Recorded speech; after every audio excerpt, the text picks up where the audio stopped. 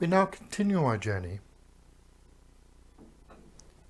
and focus on the orange belt skills. I hope you understand the importance of the anatomy of the needle and how to pick it up. And I hope you understand that 90 degrees is the perfect angle. Of course, we're all hardwired to 90 degrees as we see it in our everyday life, from every corner of window frames and door frames that we look out and walk through each day. And that is why, as a trigger and understanding, it should be relatively easy for you to look at that alignment. The next important thing in orange belt is to understand that you place the needle 90 degrees across what you want to stitch. You rotate the needle back and you point it 90 degrees into the tissue, and you rotate the needle through the tissue such that it comes out directly opposite. The delivery of the needle is iterative, and you'll notice that the tissue will hold the needle for you. It does not require the forceps to interfere with this rotation, and it's very seldom that the forceps are required to steady the needle.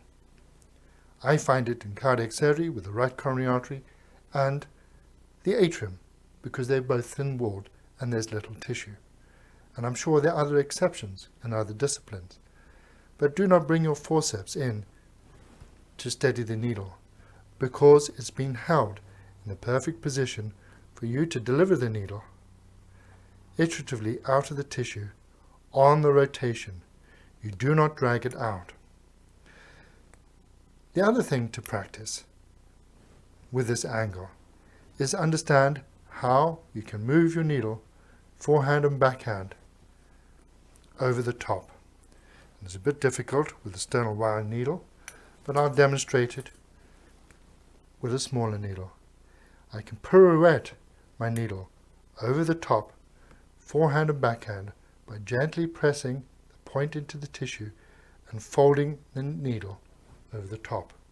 Note that each time I do that, the forehand to backhand, that I've maintained the angle. And the secret with stitching is to be able to let the needle do the work for you as described, but also to manipulate your needle within the field within which you're operating. You're not having to take it out of the field to realign it or bring it back in, which adds to the diastolic time of stitching. So we'll now move on to our first technical challenge with the orange belt. And to do that, I'd like you to get a potato, either microwave it or boil it such that it's soft. You then to cut it in half when it has cooled down, because a microwave potato and a boiled potato is extremely hot. Your task now for orange belt, understanding how to move your needle from forehand to backhand and also rotation, is to use the first of my splash models. Note I put it in a pudding basin to mimic the depth, and this will reinforce the importance of you achieving the angles. And the first thing to do is I want to see you be able to take the needle in and out of this potato on the top surface, delivering it carefully, flipping it over, taking it back through again, taking it out, and really doing that without the skin of this potato tearing.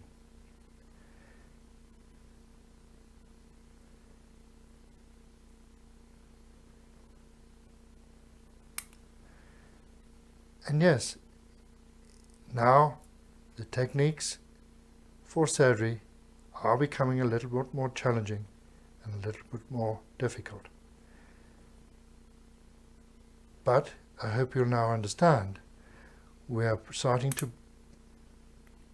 build on some basic principles and news. You'll see that if I'm rough, I am going to tear this potato and I'll give you immediate feedback if you're doing it wrong. So for orange belt, we require people to take the needle in and out of the surface on the top of this potato at depth. A total of 10 times without tearing the potato.